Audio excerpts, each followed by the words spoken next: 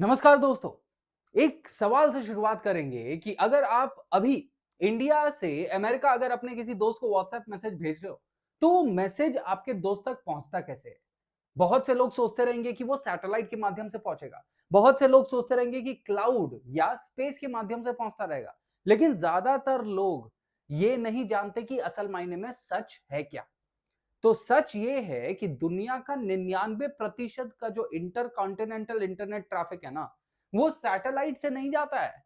वो समुंदर में बिछी गई ये जो केबल्स है ना, उनमें से ट्रांसफर करता है। और आप सुन के ये शॉक हो जाओगे कि ये जो केबल्स की लंबाई है ना पूरे विश्व के समुद्रों के अंदर, ये पूरे धरती को 37 टाइम्स रैप कर सकता है, पूरा ढक सकता है।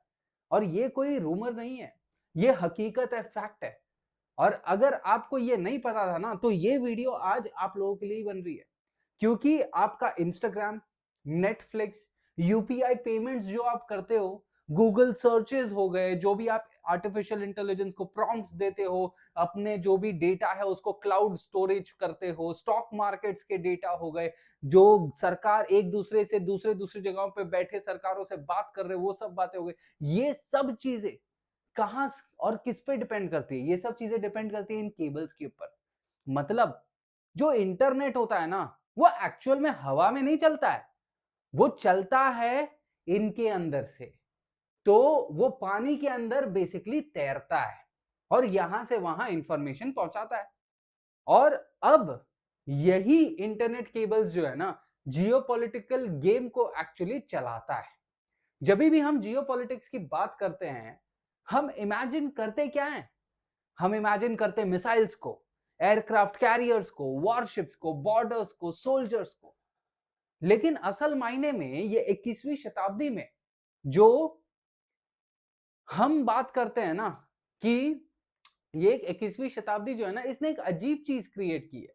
दुनिया की सबसे इंपॉर्टेंट इंफ्रास्ट्रक्चर इसने जमीन पर नहीं बिछाई, लेकिन इसने बिछाई है पानी के अंदर, समुंदर के अंदर। और यही सबसे इंटरेस्टिंग बात है आज के जमाने के लिए, क्योंकि हम उसके बारे में तब तक नहीं सोचते हैं जब तक ये इंफ्रास्ट्रक्चर फेल नहीं हो जाए। इमेजिन करिए, जब आप सुबह उठे, इंटरनेशनल पेमेंट्स जो आप करते हो वो स्लो हो गए, यूपीआई पेमेंट स्लो हो गए, क्लाउड, आपका जो डेटा है वो क्लाउड के अंदर है नहीं, स्टॉक मार्केट में अगर आप हो और स्टॉक्स का इंफॉर्मेशन आपको डीले में मिल रहा है, इंटरनेट आपका चल नहीं रहा है, गवर्नमेंट के जो इमरजेंसी मीटिंग्स है वो नहीं कर पा रहे हैं। और इन सब का कारण क्या है? कोई मिसाइल नहीं है, साइबर अटैक्स नहीं होंगे शायद, लेकिन समुंदर में बिछी गई इन केबल्स के ऊपर अगर कोई इशू आया तो कारण ये बनते हैं। और फिर यही टेक्नोलॉजी जो है ना, सिर्फ टेक्नोलॉजी नहीं लगती, ये टेक्नोलॉजी लगती है सिविलाइजेशन का बेसिस। इनके बगैर इंसानी जीवन क्या है आज के टाइम में?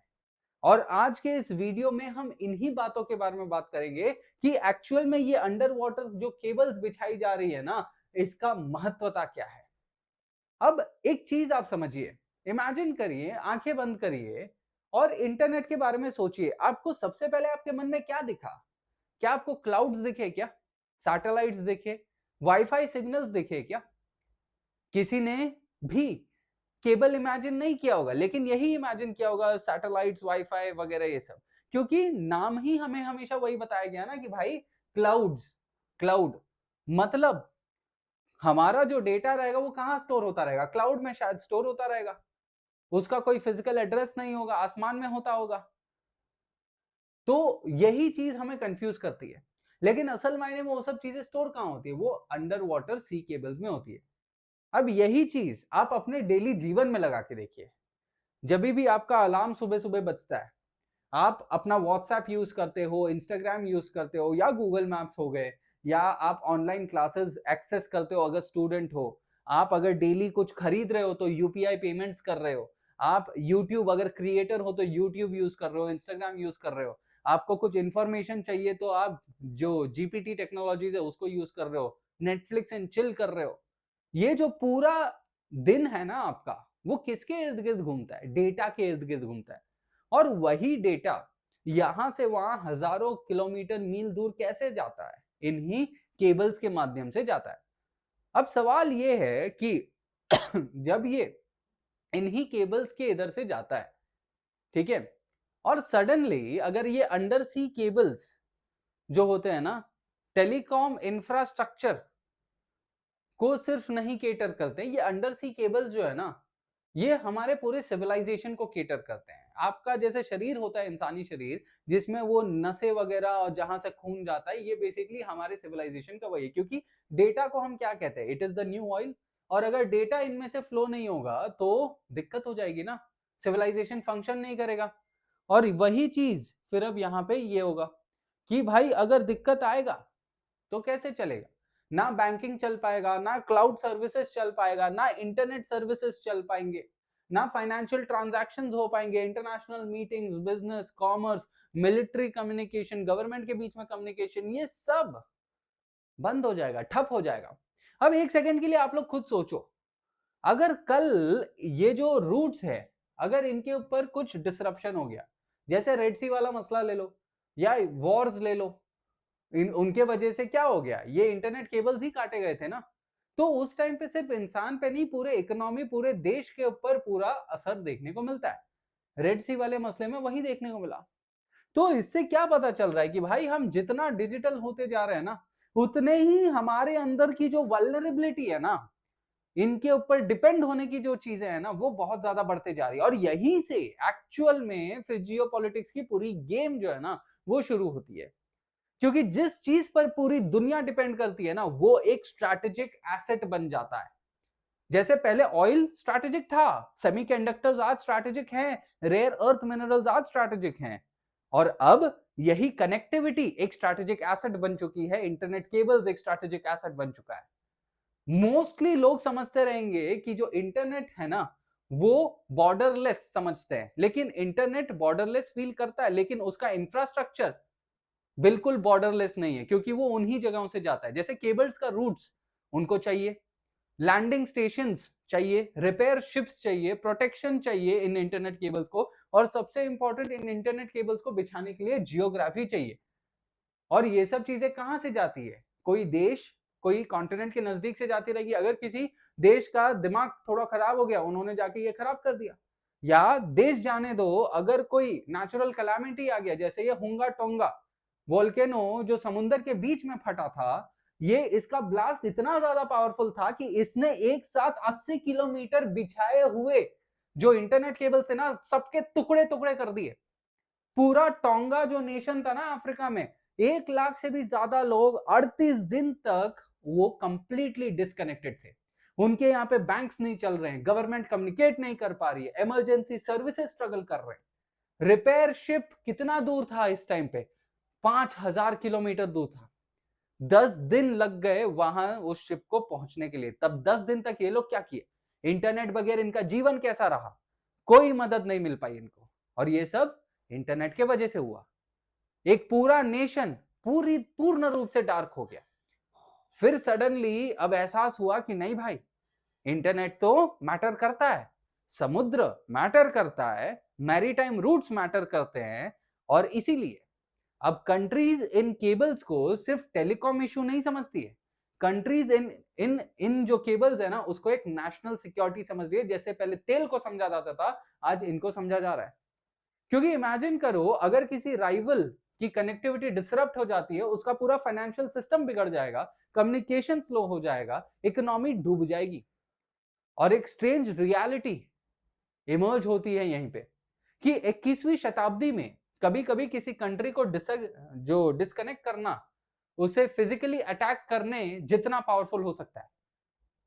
और यहीं पर ये इंटरनेट केबल्स बहुत काम आती है कि अगर किसी दुश्मन को कमजोर करना है, तो आप उसका इंटरनेट बंद कर दो, और फिर उसको और टॉप कर देता है आर्टिफिशियल इंटेलिजेंस।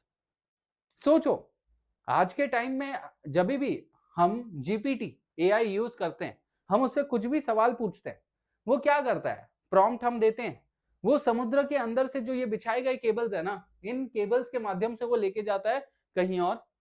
ठीक है, वो वहां के सर्वर में आंसर प्रोसेस होता है, और फिर वही चीज क्या होती है, वापस उस केबल के थ्रू आती है, और ये सब हमारे स्क्रीन पे दिखता है।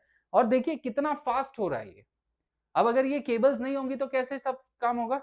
एक कॉन्वर्सेशन, हजारों किलोमीटर की जर्नी रियल टाइम लेवल पे हर बार इतने फास्ट तरीके से काम हो रहा है।